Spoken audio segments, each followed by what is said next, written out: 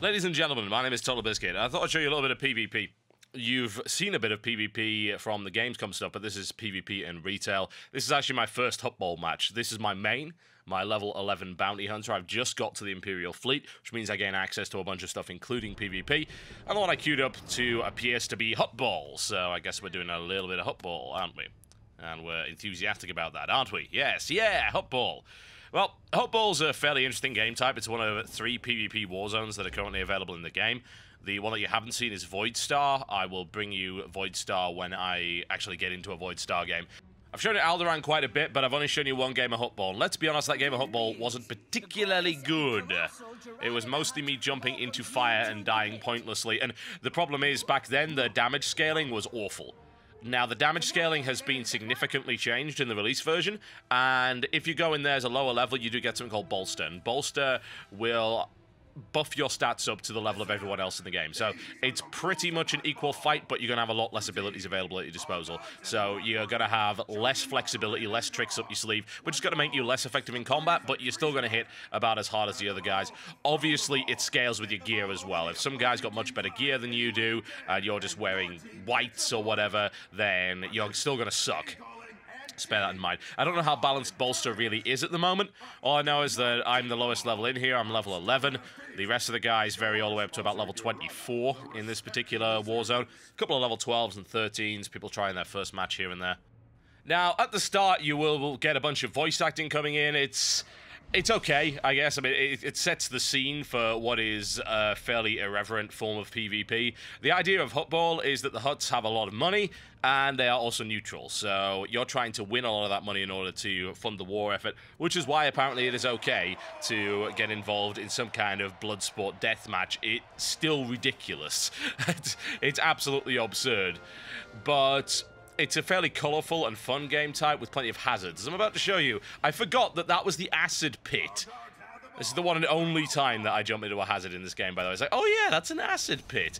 Run straight for the centre there and things will happen. No, no, no, we don't want the companion nonsense in there. Let's get that out of the way.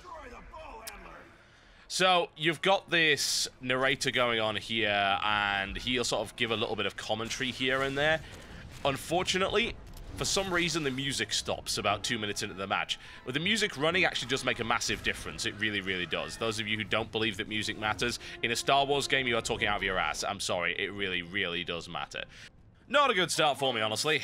I'd make some excuses about trying to feel my way through the game, but no, I just balked it up there. It's quite simple. Ran into the hazard, lost half my health, then got shot to pieces. Right, well, our team is actually winning. We've already scored in the process. The other guys are apparently far too busy scrumming up in the middle. Now, don't stand in the fire. It's a bit more obvious this time. I think they've made some changes to the regularity of the fire, so you don't see as many people dying in that. Oh, someone was airborne there. It's okay, I can fire rockets at them. Time to get into a little bit of combat. There's a Jedi I need to deal with over there. Let's try and smack them around just a little bit. Get off me. Thankfully, I think that's a Jedi Guardian, so it really doesn't hurt me all that much. Now, getting in close to me, who is a bounty hunter power tank, isn't necessarily the best idea, because I've got a lot of flamethrowers. What does that mean? It means anyone getting close to me is going to get set on fire in a wide variety of colourful ways. Right, that's him dealt with. Thank you very much. And I think the music sort of dies around this point, and no, it's still going for the moment, but it does end up dying quite shortly through the match. And it's like, the commentary feels really awkward when the music isn't running. It's just like the sound clips play, and it's like right there, you know. You're going to hear that over and over again. There's actually useful information. It is. Because basically what that commentary is telling you is the guy with the ball just got killed. So the information that's being given is not just for fluff. It is useful, and it's also there for flavor. Ow. Eventually, that Jedi Guardian managed to kill me. I think it took him about 5 hours to get through my armor. I'm wearing heavy armor at the moment. A power tech is a very tough class. I'm probably going down the tanking route eventually with this guy, but at the moment, since I don't really need to tank too much, I'm going to be taking a lot of points in anything that involves setting dudes on fire. You have a wide variety of abilities at your disposal. Alright, make sure we buff here, because this buff actually does affect the entire group. Every class gets a buff like this, so make sure that it's always available here. As regards to damage rotation in PvP, I mean, it's very much situational. If you're focusing on a single target, I would say that, you know, open up with an explosive dart and then a rocket, and then use unload, which is a at this level anyway, which is a full channeled ability, which is going to do a lot of damage. If you can get close, then unleash some flamethrowers. Or, of course, if you're in an area where you've got a load of enemies, do a ton of damage by using your Death from Above ability, which involves using your jetpack, as you can see, and then unleashing a massive volley of rockets. Now, that wasn't the most effective flamethrower ever, but my god, flamethrower is really, really good. It does a ton of damage. You can set guys on fire. It's very effective. Just going to get in as close as we can here. And if I do get in close, there's a variety of abilities I can actually use there as well. I can use the Flame Burst, which I've only just got. I'm not really used to using yet. He actually kicks me out of that, so what I can do there is I forgot to bind that to a useful key, as you probably saw. It's like, why is he clicking? Why is he clicking? It's because it's at 9. That's not a handy key to put it on. I need to bind it to something more useful, like a control modifier. I'll do that at some point. So every class at this level also has basically a trinket, so you can break out of hard stuns and things like that, any immobilization effects. That's on a 2-minute cooldown. It's not a piece of equipment. Everybody gets it. And, of course, using it at the correct time is the most important thing you can do. I do not have a lot of health here, honestly. I do not have a lot of health at all. I want to try and avoid that, but looks like a shelling ended up killing me there. Things do get better as we go through.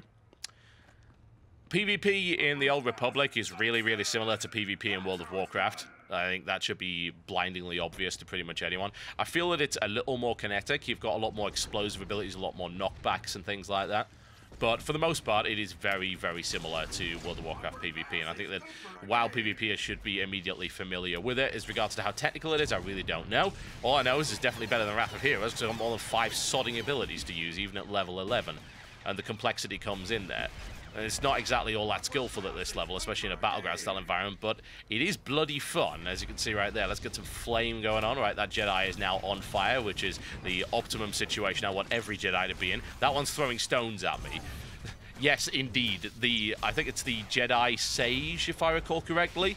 A lot of his abilities involve throwing rocks at you. So if you are in the market for a class that throws a lot of rocks, then the Jedi Sage is most likely going to be your class of choice. For some reason that missed. I don't know if you have to alter your sort of trajectory mid-flight in order for those bouncing pads to actually work. Maybe, maybe not. But I've done a fair amount of damage up to this point, so I'm pretty happy with that. The amount of damage you can do as a bounty hunter at this level is great. It really, really is. You can do a lot of direct damage. You've got a lot of AoE as well. You've got flamethrowers, you've got explosive darts, you have rockets, and you have Death from Above, all of which do a lot of area of effect damage. And a lot of it's fire and forget as well. The explosive dart sticks on the target for a few seconds. If that target is not smart and runs into the middle of their friends, you're going to do a ton of AoE damage to everyone. Now, what I don't want to be dealing with is this guy right here. That is a Jedi Sentinel. That is unpleasant. He's a dual-wielding class. He can deal out a ton of damage very, very fast. Unfortunately, that flamethrower isn't going to hit from there.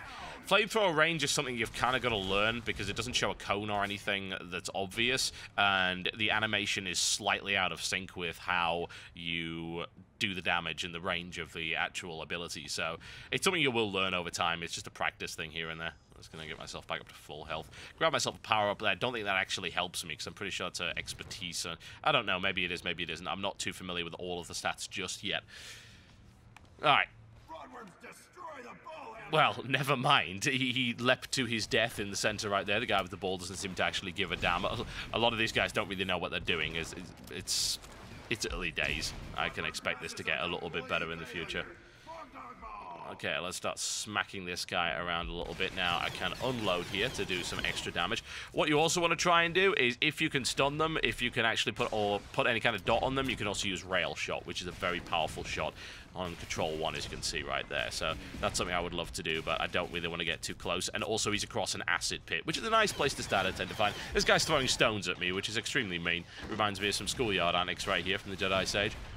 Incredibly immature. See, this is why I rolled Darkseid. Darkseid don't mess around with throwing pebbles at people. They just use Force Lightning and all manner of horrible curses. Alright, there's an opportunity, as you can see right there, to do some reasonable AoE damage to the target and then come behind him and deal with that. Funny thing about the Bounty Hunter is, well, you've got a lot of durability, but people tend to ignore you as well, which is actually kind of wonderful, honestly. It's like, hey, you're not killing me, that's awesome. But even if they do, you've got heavy armor, you've got quite a lot of durability as well, and if you go down the power tech tree and go into shield, I think it's shield technology or something like that, shield tech, then you will become extremely difficult to kill. At the moment, I've put a couple of points into the damage tree because obviously I'm leveling, so shield tech isn't really so important for me at the moment. Barbecue time, potentially. Unfortunately, that got interrupted. There we go. You can actually just spin around and do a ton of damage to a bunch of people. You can see I've set that trooper on fire already, then unloaded for the kill. And you've also got that short-range flame burst ability, which is on a fairly short cooldown, and you can just smack them around with that. And yes, your rocket punch is extremely effective. So you may want to build a bounty hunter around the idea of getting in really, really close. And there is a tree that sorts you out with that. The pyro tree is basically all about close range, and I think, as far as I can tell, that gets mixed in with your tanking as well, because you're going to be tanking at a fairly short range, taking the punishment, and dealing out a lot of either AoE damage or just dots and flames in order to keep your target on them. Oh, you see, that is nice to see. That really is. That's so much damage you can inflict with the bounty hunter if you nail the right kind of AoEs. And it's really satisfying as well. I think, aside from the fact that this is really similar to WoW Combat, just the visual aspect is superior to WoW Combat. You know, at the end of the day, what's better? A flame strike, which looks like the same kind of graphic that you expected to see in Warcraft 3, or a big freaking flamethrower that you just douse people in and it sets them all on fire. It's the same idea of, well, a fireball is surely kind of the same as a rocket from your wrist, right? No, a rocket from your wrist is infinitely cooler. That's a simple fact right there. And the fact that that's a far more kinetic way of doing things as well. It looks better, the explosion's better, and it has a knockback effect in the way that you might actually expect. It feels better. It's still the same old hotkey combat that you've come to expect from traditional MMOs, and if you are not looking for that, there is no way that you're going to enjoy this game, at least in terms of the PvP or just the combat in general. Maybe you'll enjoy the story, perhaps. Horrible Mr. AoE right there. You can focus down on that guy that's got stuck over there. But the point of the fact is that for the traditional sense of MMO combat, it does it really, really well. It's tight, it's slick. That's something that I've actually noticed in a lot of MMOs. Those that try to do the same thing as WoW, they never really get it right. Rift did. I mean, Rift is so similar to WoW in terms of its combat, it's not even funny. I mean, for God's sake, I went down one tree, everything was identical, including the cooldowns and cast times and the exact effects. You know, you could make a fire mage in that game. So incredibly similar. Here you do have a lot of variations. The classes aren't identical to, say, WoW classes or anything like that. And the way that the combat works is highly explosive. It is very kinetic. It looks great. There is a really strong visual aesthetic to the game because, hey, it's a Star Wars game. Lightsaber combat inherently looks cooler than wielding a big sword or whatever. Never, ever, ever, ever underestimate the immersion factor and the enjoyment you're going to get from having a specific aesthetic and a specific theme and universe. You've seen a lot of people buy games specifically on that basis. Whether or not it ended up being a good game, well, that's a different matter entirely. It does help if it's a good game and it happens to have that kind of aesthetic going on. That really, really helps. But if it's a solid MMO, but it's also got a really cool theme to it, then people will enjoy it. This is what I hoped to see from Warhammer Online, but I didn't because, I mean, when I played it, obviously I quit after not too long a time because the game just wasn't for me. I wanted the same combat as WoW, maybe with a little more complexity put into it, but in the Warhammer setting. And I didn't really get it because the combat was really sluggish and it was laggy. Here, the combat is really, really tight. I think the only thing where it's not tight is actually the flamethrowers. You can see there's kind of a delayed reaction on setting people on fire. Maybe that's a deliberate thing, but perhaps it's something they could tighten up somewhat, I feel. Whatever the case, it's still really, really solid, fun, and it is responsive. I think that's the word that we should be using more so than anything else. It is responsive. How important is responsive combat? It means everything. For a PvP game, it means everything. And there will be quite a lot of PvP going on in this game. There's no real doubt about that. There are rewards. You are encouraged to go in from level 10 and earn rewards, earn gear, and things like that. So yeah, people are going to PvP in this game quite a bit. I think I'm going to PvP in this, because PvPing as Bounty Hunter is freaking fun, especially when I get the charge ability. That's something I'm looking forward to, the ability to use your jetpack to charge into combat and then just do massive amounts of pyro damage. Yes, I will absolutely want to get involved in that. That's a lot of fun for me. What the battleground involves doing, like, say, Huttball, isn't really so important. What I can do in that battleground as regards to setting everyone alight and blowing Jedi through the air with large rocket launchers, that is pretty entertaining. It's brainless, dumb fun. Obviously, at higher levels, there's going to be a bit more strategy involved in it, and you're going to have to control a lot more abilities. And you can see that I'm not exactly playing all that well here. It's a game that I've only played for 2 days. It can't really be expected. It's my first ever PvP match. But whatever the case, it's still fun. It is still fun. That's the most important thing about it. I'm hoping they bring in more war zones, give a bit more variety. I mean, they've got 3 kinds of war zones. You know, the straight capture point. You've got what appears to be some kind of artifact capture mode. And then you've got this, which is basically the football mode. They're all fun in their own right. I'd like to see more of an Alterac Valley style. I would like to see them be brave enough to actually put the PvE elements in it and have a long combat mode whereby PvE is mixed in with PvP. That's something that, obviously, World of Warcraft tried, didn't really execute all that well, and then never really went back to. I want to see more of that. That's a really cool idea. And in a game that's more focused on storytelling than other games, I think that it could add a very important... God damn it, you thief. You never trust a Sith, folks. Never trust a Sith. Anyway, it would add a interesting dynamic, I feel, and I think it would be more suited to a game like this because it adds a narrative to each match in a way that simple, straight-up PvP can't necessarily do. We're getting close to the end of this match now, as you can see with the countdown. We're getting very close to winning. They're not scoring at all, and ooh, a large area of wonderful people that I can kill with rockets. Always nice to see. Please bunch up. It actually makes the bounty hunter really effective as kind of a ball defender, because people are going to bunch up trying to kill the guy with the ball, and then you can unleash everything you've got on them. Did that guy just throw a cow at me? It looked like a cow. No, he's chucking rocks at me, which is very, very, very unpleasant. But I don't think it can really match up to the amount of DPS that I have available here, the amount of close-range combat abilities that I've got. Just unload on him right there. Oh, he threw a packing crate at me. That's wonderful. I'm just going to dragon punch you. Show you can, ladies and gentlemen, and there we go. How well did I do in that particular matchup is the question. The answer is I am the top damage dealer, and I got 50-odd kills to 6 deaths.